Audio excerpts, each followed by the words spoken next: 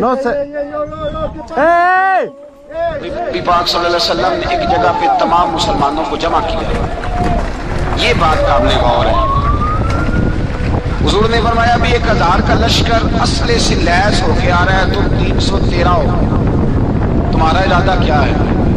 نہ تمہارے پاس سریں ہیں، نہ تلواریں ہیں، نہ تمہارے پاس نیزہ ہے، نہ تیر ہے. کیا کرنا ہے؟ صحابہ کرام علیہم رضوان فرماتے ہیں جب نبی پاک صلی اللہ تعالیٰ علیہ وسلم نے مشورہ لیا نا تو سب سے پہلے جو شخصیت اٹھی وہ حضرت ابوبکر صدیق کی ذات ہے.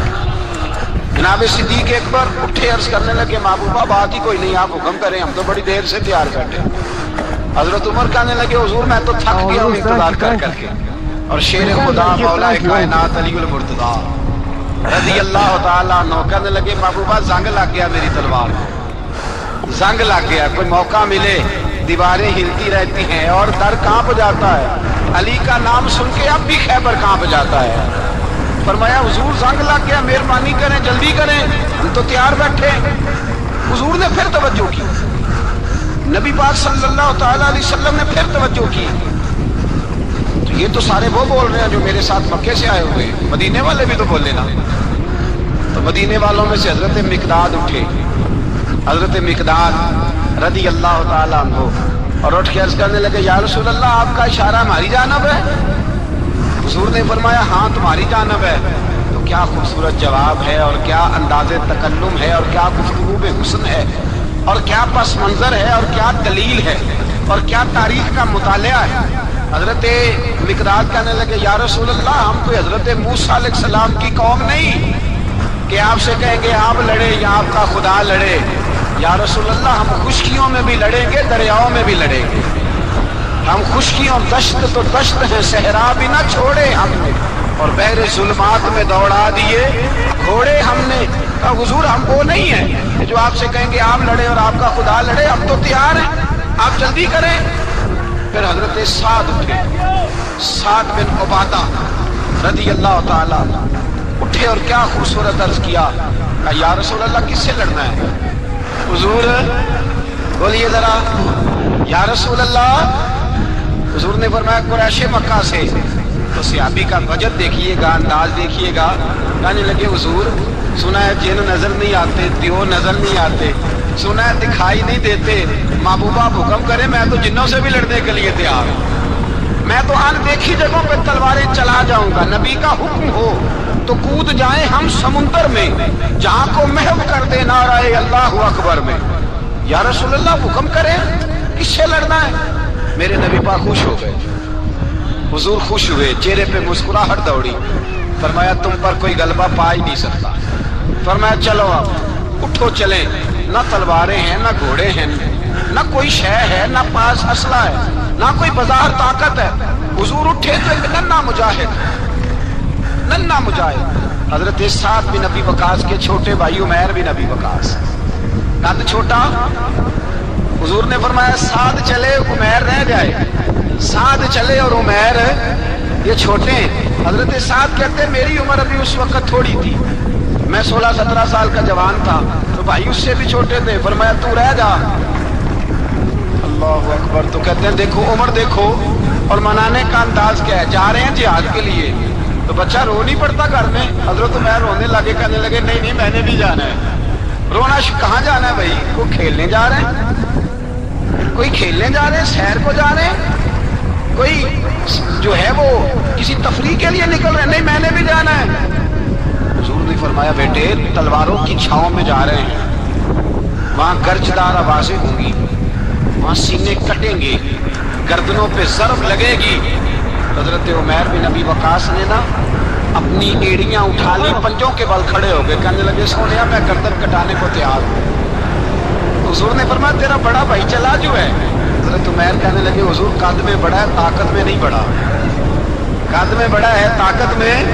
کہا یہ قد میں بڑا ہے، جسامت میں بڑا ہے، طاقت میں نہیں بڑا. حضور نے فرمایا کیسے پتا چلے گا؟ کہا حضور کشتی کرا لیں، کشتی کرا لے. چشم فلک نے عجیب نظارے دیکھے، محبوبہ کشتی کرا لے. حضور نے فرمایا کرو کشتی. کرا لیتے ہیں، کرو کشتی. کشتی شروع ہوئی، سبحان اللہ کیسی عجیب اور منفرد کشتی ہے۔ حضرت سعد بن ابی وقاص رضی اللہ تعالیٰ عنہ کہتے ہیں میرا بھائی پہلوان کشتی سے پہلے گلے ملتے ہیں نا، کہتے ہیں گلے ملنے آئے تو حضرت عمیر میرے کان میں کہنے لگے تیرا تو نمبر لگ ہی گیا ہے، اور معبود جسے قبول کر لے پھر اسے درگزر اسے رد نہیں کرتے، تیرا تو لگ گیا ہے، تو یار چل تھوڑی دیر کے لیے گر جا بھائی، جو ہوا چل تھوڑی دیر کے لیے گر جا، میں بھی سلیکٹ ہو جاؤں گا، تیرا کیا بگڑے گا، قربان جائے۔ امام زرقانی کہتے ہیں نبی پاک کی آنکھوں میں آنسو آ گئے، حضور نے بات سنی تو رو پڑے، فرمایا ہم پر بھی کوئی غلبہ پا سکتا ہے؟ جس قوم کے 14 سال کے بچے لڑنے کو تیار ہوں انہیں کوئی گرا سکتا ہے؟ تو فضائے بدر پیدا کر، فرشتے تیری نصرت کو اتر سکتے ہیں گردوں سے، کتار اندر کتار اپی۔ تھوڑی دیر کے لیے بھائی آپس میں لڑے، گتھم گتھا ہوئے، پھر بڑا گر گیا، چھوٹا پشت سینے پہ سوار ہو گیا۔ میرے رسول پاک نے فرمایا چلو بھائی تمہارا دونوں کا جانا ہی مقبول ہو گیا۔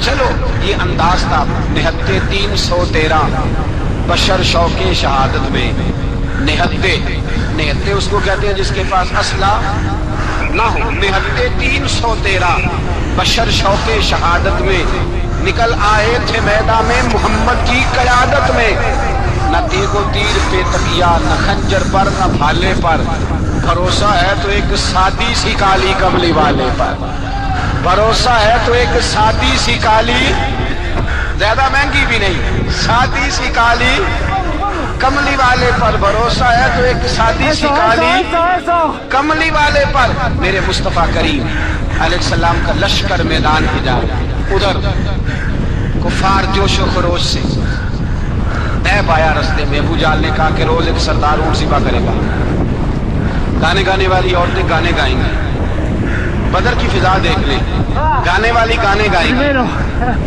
روز ایک اونٹ ذبح ہوگا، شراب کے دور چلیں گے ماشاءاللہ، اور مسلمانوں کے خلاف جوش پیدا کیا جائے گا۔ ادھر کھانے کے لیے شے کوئی نہیں، کوئی طاقت نہیں، تو یہاں کیا ہوگا؟ میرے حبیب نے فرمایا راتوں کو سجدے کریں گے، دن کو اٹھ کے اللہ اکبر کے نعرے لگائیں گے، یہاں عبادتیں ہیں، ریاضتیں۔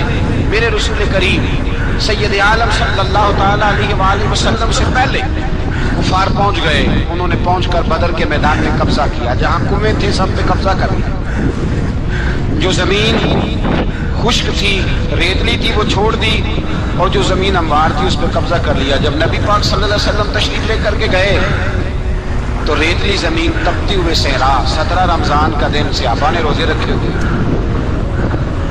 ہوئے صحابہ نے کیا کیا ہوا ہے؟ کیا کرنے گئے؟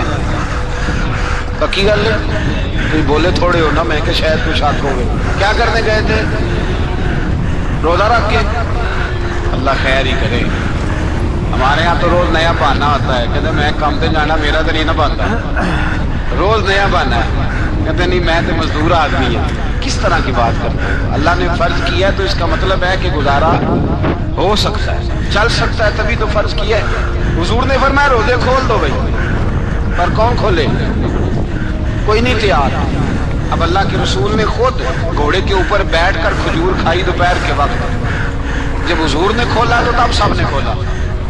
17 رمضان نبی پاک صلی اللہ علیہ وسلم کے آنے سے پہلے انہوں نے کنووں پہ بھی قبضہ کر لیا، ہموار زمین، حضور آئے تو ریتلی زمین ملی، وہیں صحابہ نے ڈیرے لگائے، اب پانی کوئی نہیں، کوئی شے نہیں، تپتا ہوا صحرا، اوپر سے سورج گرمی برسا رہا ہے۔ حفیظ جلندری کہتے ہیں کہ زمین دعا مانگنے لگی، زمین دعا مانگنے لگی، زمین کہنے لگی خدا بندہ مہربانی فرما، تیرے رسول آئے ہیں تو اب ذرا مجھے ٹھنڈا نہیں کر دیتا۔